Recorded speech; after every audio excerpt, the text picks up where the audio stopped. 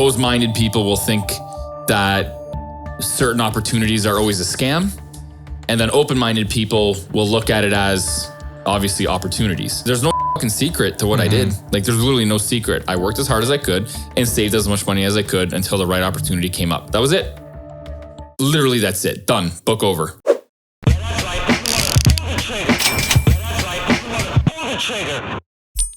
Okay. On today's podcast, we are going to discuss what happened with you and a discussion that you had with someone that will remain unnamed. Yes. So essentially, I had a conversation over the weekend where now the context of the conversation was we were talking about, hey, Clark, what are you doing these days? And I was telling them a little about the work that I do for the various companies and especially the work with Coachwood Capital, right? And the investment properties and granting access to Canadians for American real estate investments. And there was one simple comment in reply to when I was explaining what we do here, which was, oh, that's great. And this is why the rich always get richer. And that comment kind of put me off the wrong way because I was thinking, okay, we're able to do this not because the rich get richer, but there's a few fundamental things that I believe in, regardless of just how much money you have or how much money your company has, that I think is fundamentally just like unrelated to the rich getting richer. So have you ever come across this comment from people? And if so, what is your response to it? All the time. Yeah. So and where do you hear it? So I hear it a lot on, not hear it, but I get a lot of comments like that on Instagram. Like people will just troll me and shoot me DMs with stupid shit like that. But it's funny because this comment, along with the other comment with, oh, it's got to be a scam. You know, I read something not too long ago. I don't even remember where it was, but I read something where it was something along the lines of I don't want to say poor, but let's use that word for lack of a better word. The poor will always think it's a scam, and the rich will always look at something as an opportunity. So, and likely ask you questions about it, challenge it, question it. Yeah, I can't. I'm trying to figure out where the hell I remember where this came from, but it wasn't poor and rich. It wasn't that. It was something about like a mindset type thing. It was something about being closed-minded and being open-minded. So it was something along those lines. It wasn't rich and poor. It wasn't that. So we can even call it, you know, closed-minded people will think that certain opportunities are always a scam. And then open-minded people will look at it as obviously opportunities. And this is the same thing. This is no different. Because they're looking at themselves like they just don't have access to that. But fact of the fucking matter is, I was in arguably even a worse position than they are currently when I even first started. So I didn't come from anything. I didn't come from wealthy family, or I didn't come from, somebody giving me money to get started. I didn't come from any of that. So I started with whatever I had and built everything. So for them to say that, all that tells me is that they'll just never, unless they change their mindset and their way of thinking, they will never accomplish what they want to accomplish in life, because they will always bring that mindset to the table in anything that they do. And they'll always be stuck in this fucked up circle that as soon as they think something, they just think they can't do it because they don't have access to this, and they can't make this happen because of this and this and that and this and that, or they don't have enough money. I didn't have any money when I started. All I did was I saved all my money until I had money to start something. And that was it. Like, there's no fucking secret to what I did. Like, there's literally no secret. I worked as hard as I could and saved as much money as I could until the right opportunity came up. That was it. Literally, that's it. Done. Book over. Like, literally, I don't know.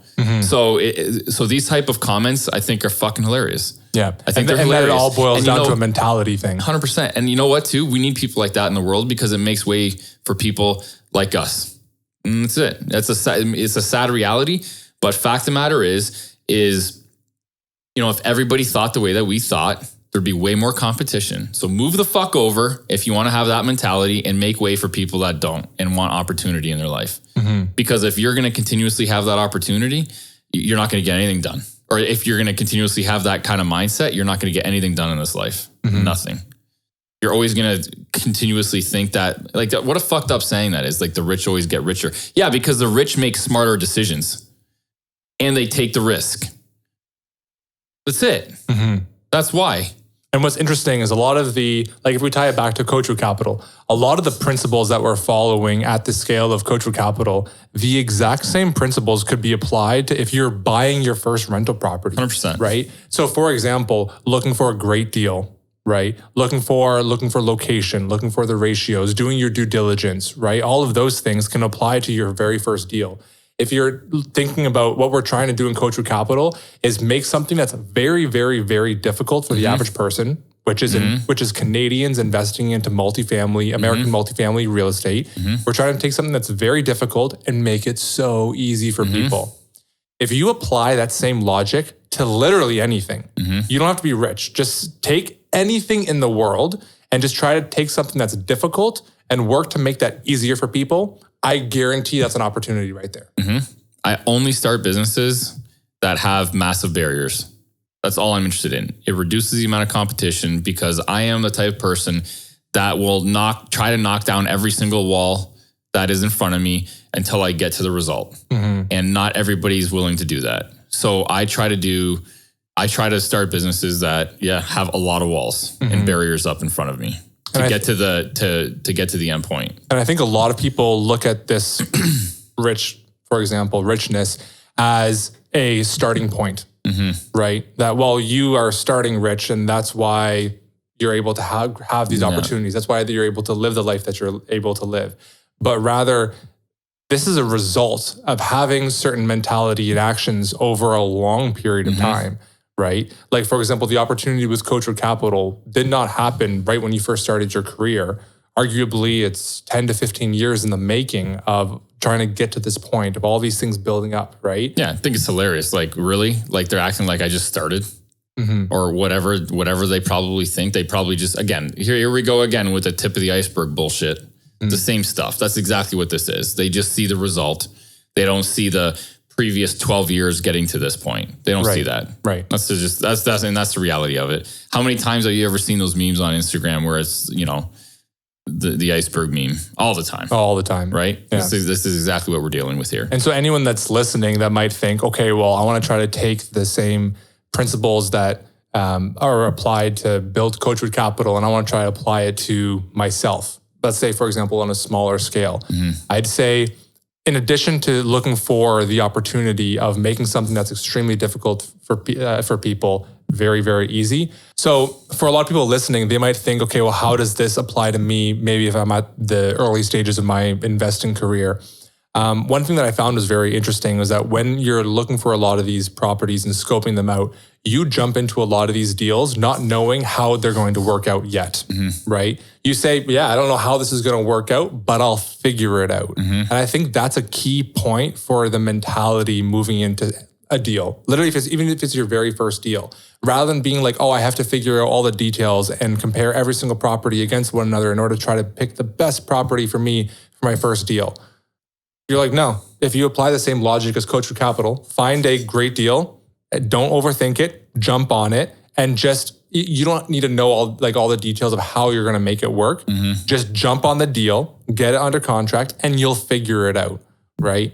That's, I think, something that's very interesting and that we apply it, or you applied it in your career of real estate investing, whether it's from one single family home all the way up to multifamily properties that have over 100 units in Coachwood Capital, right? The same logic applies, that you'll never be able to figure out all the details to try to find a perfect investment, right? Find a great deal, do your due diligence, jump on it, and then figure it out along the way.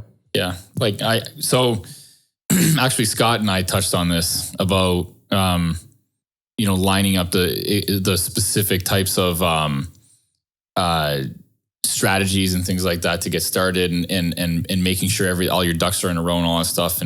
And although I do recommend that to make sure that happens, the problem with a lot of people these days is they overthink shit. Mm-hmm.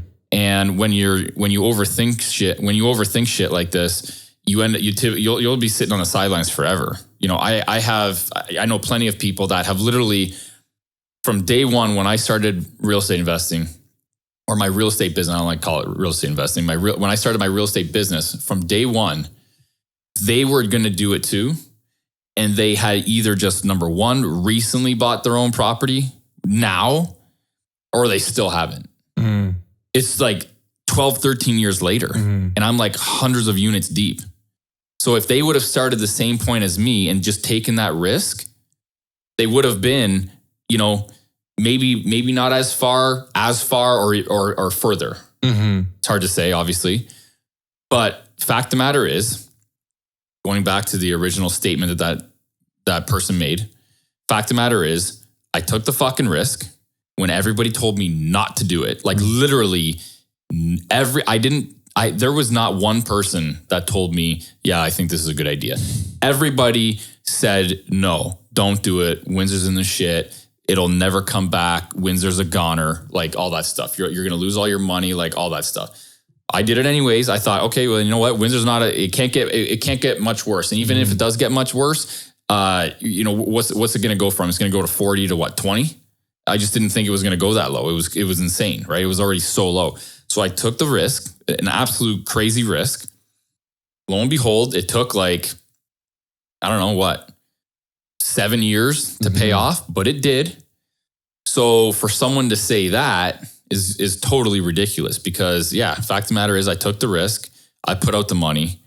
I made the right decisions from when I started, and now it's paying off. It's not that I continually, and you know, let's be honest, like rich is very subjective. Yeah. The term rich. Now, for her to say the rich keeps getting richer, no, it's smart people make smart decisions and they continue to make good decisions. And that's it. Right. That's what she really means. So start making good fucking decisions and maybe you'll be in that position someday. You know what I mean? Mm-hmm. That's it.